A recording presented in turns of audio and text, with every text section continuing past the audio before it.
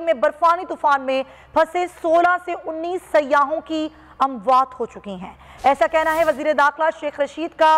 उन्होंने दिल दहला देने वाला इंकशाफ किया है। वीडियो पैगाम में कहा कि मरी में फंसे सयाहों को निकालने के लिए पाक फौज की 5 प्लाटून भेज दी गई हैं। हंगामी बुनियादों पर रेंजर्स और FC को भी तलब किया गया है। लोग बहुत बड़ी तादाद में मरी और गलियात में फंसे हुए हैं। शेख रशीद ने कहा कि बेशतर गाड़ियों को निकाल दिया है या उन्हें वापस कर दिया है। 1000 से ज्यादा गाड़ियां अब भी फंसी हुई हैं। उम्मीद है कि आज शाम तक मामलात काबू में आ जाएंगे। वजीर दाखिला ने मकामी अफराद से सयाहों की मदद की अपील कर दी है। आपको खबर दे रहे हैं मरी, जहां पर बर्फानी तूफान में फंसे 16 से 19 सयाहों की अमवात हो चुकी है। वजीर दाखिला शेख रशीद का दिल दहला देने वाला ये इंकशाफ सामने आया है।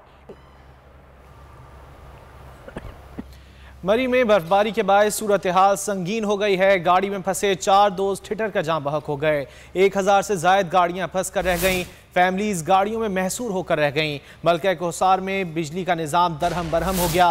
मोबाइल और इंटरनेट सर्विस मुअत्तल होने से सयाहों की मुश्किलात में मजीद इजाफा हो गया। जी हाँ नाजरीन, मरी में शदीद बर्फबारी, हजारों सयाहों ने खून जमा देने वाली सर्दी में रात सड़कों पर गुजारी। लोगों के पास खाने पीने की अशिया खत्म हो गईं। गाड़ियों की तवील कतारें लग गईं। पुलिस एहलकार रात भर रास्ता बनाकर गाड़ियां निकालने की कोशिश करते रहे। मरी में दाखिले पर पाबंदी लगा दी गई है। इस्लामाबाद से मरी जाने वाले रास्ते बंद कर दिए गए हैं। वजीर आला की मुतालिका हुकाम को सयाहों की मदद करने की हिदायत की गई है। सब्सक्राइब करें और बेल दबाएं ताकि कोई खबर रह न जाए।